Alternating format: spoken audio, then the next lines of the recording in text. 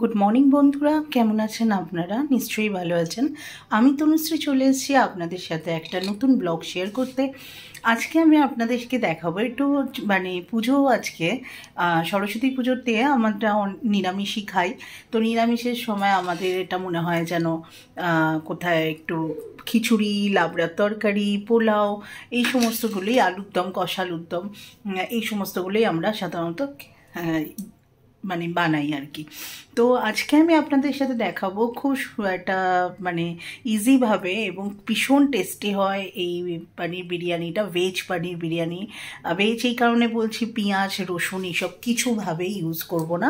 তো সেটা কিভাবে করছে সেটা দেখুন। এই যে রাইসটা হচ্ছে একদমই সুন্দর একটা রাইস নিতে হবে। আমি এখানে ইন্ডিয়া গেট ইউজ করেছি, আপনারা চাইলে অন্যান্য ব্র্যান্ড ইউজ করতে পারেন, এখানে ফরচুন, দাবাত বা অন্যান্য ব্র্যান্ডে। তো এখানে ঝরঝরে রাইস নিয়ে নিয়েছি পনির, এখানে নিয়ে নিয়েছি গ্রিন পিস, কাজু কিশমিশ ফ্রাই, আর এখানে হচ্ছে টক দই আছে, আদা বাটা আছে, টমেটো বাটা আছে, কাজু বাটা আছে, আর গোটা গরম মশলা। এইগুলো দিয়ে একটা পেস্ট বানিয়ে আর কাঁচা লঙ্কা, অবশ্যই কাঁচা লঙ্কা, এটা করে নিয়েছি। এবার আমি এটার প্রসেসটা দেখাচ্ছি। কড়াতে নিয়ে নিয়েছি তেল, আর এখানে আমি গোটা গরম মশলা ফোড়নে দিয়ে দিলাম। তো আমি এগুলো একটু ফ্রাই করে নিয়েছি, যেমন পনিরটা হালকা ফ্রাই করে নিয়েছি, এখানে গ্রিন পিসটা হালকা ফ্রাই করে নিয়েছি, তো জাস্ট টাইমই করার জন্য। এবার যেই এটা একটুখানি, আর কড়াতে একটু নিয়ে নিয়েছি তেল আর ঘি। ঘিটা আমি আগে নিয়ে নিয়েছি, আপনারা চাইলে পরে অ্যাড করতে পারেন বা শুধু ঘিতে করতে পারেন। আমি ঘি আর তেলটা নিয়ে নিয়েছি। এইবার এখানে আদা, টক দই, আর হচ্ছে তোমার কাজু বাদাম, আর হচ্ছে তোমার টমেটো, কাঁচা লঙ্কা, এই যে পেস্টটা সেটা নিয়ে নিয়েছি, সেটা এখানে ভালো করে এটাকে কষিয়ে নিতে হবে।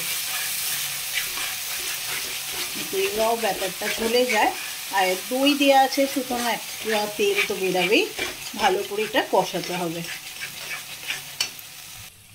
এবার বন্ধুরা দেখুন, পুরো তেল বেরিয়ে গেছে, এই যে দেখা যাচ্ছে পুরো তেল একদম ওপরে ফ্লোট করছে, তো তার মানে এটা হয়ে গেছে। এবার আমি এখানে গ্রিন পিসটা দিয়ে দেবো।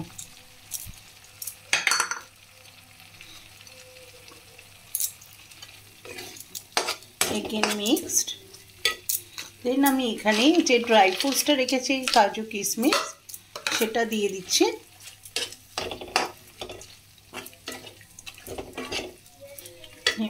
লাস্টে পনিরটা দিয়ে দিচ্ছি। এটা বেশি আমরা করব না, এরপরে চিনিটা অ্যাড করতে দেবো, কারণ বেশি দিলে আবার ভেঙে যাবে, বেশি নাড়ালে। তো চিনিটা অ্যাড করে দেবো যে যেরকম খান। দিয়ে দেবো একটু পেপার,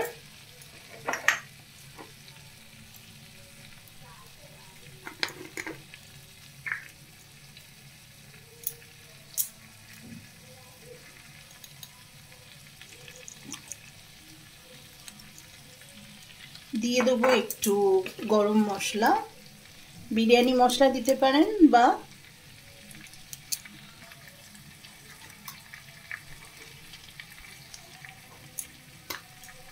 সব কিছুই দিয়ে দেবো একটু সল্ট। এবার এটাকে ভালো করে মিক্স করতে হবে, ঠিক আছে? এটাকে ভালো করে মিক্সড করে নেবো।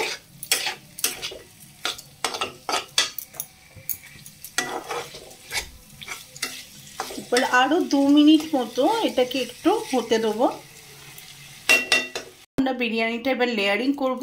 আমি নিয়ে নিয়েছি এখানে একটা এরকম ফ্রাই প্যান, নিচে তার উপরে কড়া রেখে উপরে খানিকটা রাইস দিয়েছি।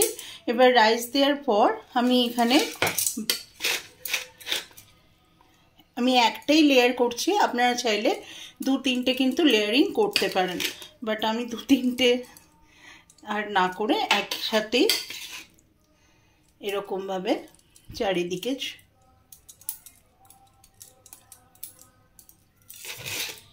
যদি আপনারা খুব আলু পছন্দ করেন সেক্ষেত্রে আলু কিন্তু ইউজ করতে পারেন। আমি আলু দিইনি, বিকজ আমি অন্যান্যতে আমি আলু ইউজ করি, কিন্তু এই বিরিয়ানিটাতে আলু দেওয়ার দরকার নেই।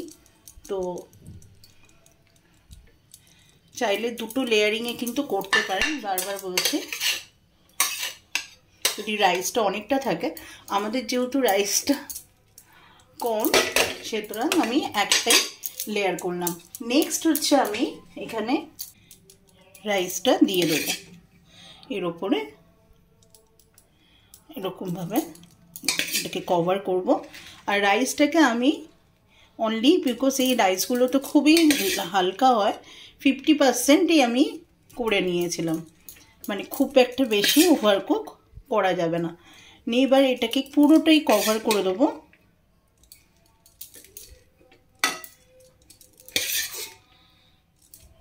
এই যে হয়ে গেল কভার। এবার আমি এখানে একটু বিরিয়ানি মশলা ছড়িয়ে দেবো, একটু পেপার,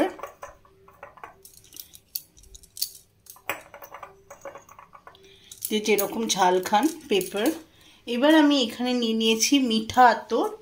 এই যে আমি ইউজ করছি মিঠা আতর, যে মিঠা আতরটা একদমই 1-2 ড্রপ, ব্যাস, এর বাইরে একদম দেবেন না, ভীষণ বেশি হয়ে যাবে।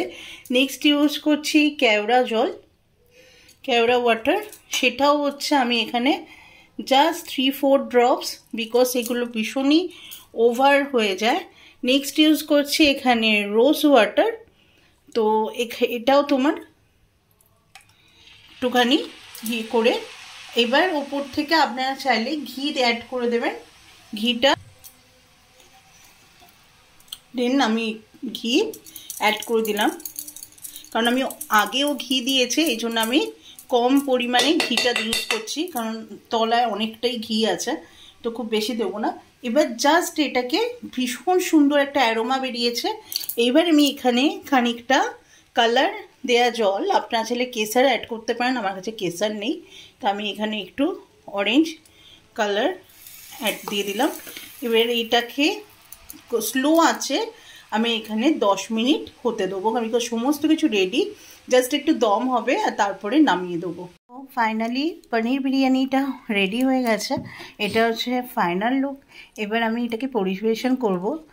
বিরিয়ানি জাস্ট কাটার জন্য আমি রাইসটা একটু দেখাচ্ছি, একদম সুন্দর, মানে চারিদিকে অ্যারোমাতে ভরে গেছে, এরকমভাবে সাইড থেকে তুলছি, এবং এক ফোঁটা যদি দেখেন যে কোনো কড়াতে কিন্তু কিচ্ছু লাগেনি, মানে এতটাই সুন্দর দিয়ে উঠেছে।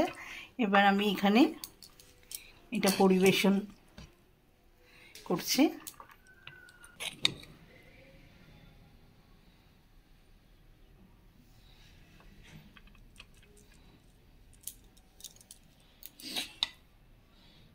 মিঠা আতরের গন্ধ, বিরিয়ানির যে ইয়েটা থাকে না, মানে যে কেওড়া জল, গোলাপ জল, এই সবের গন্ধতে পুরো ইয়েটা ইয়ে হয়ে গেছে। বিরিয়ানি সরস্বতী পুজো স্পেশাল, আপনারাও বানাতে পারেন।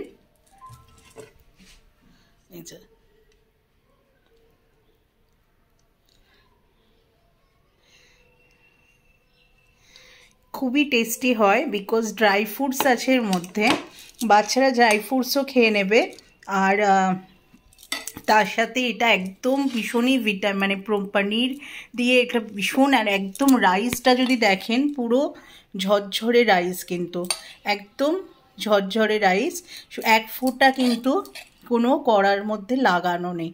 তো এরকমভাবে সুন্দর খিলা খিলা রাইসের আপনারা বাড়িতে বানিয়ে নিতে পারেন পনির বিরিয়ানি, খুবই অল্প সময়ের মধ্যে এবং খুবই টেস্টি। তো আমার রেসিপিটা কেমন লাগলো কমেন্ট করে বলবেন। আজকের রেসিপিটা যদি ভালো লেগে থাকে অবশ্যই একটা লাইক দিয়ে দেবেন। এটার পনির বিরিয়ানি রেসিপিটা আপনাদের বাড়িতে বানিয়ে ফেলতে পারেন। দেখা হবে নতুন একটা রেসিপি নিয়ে।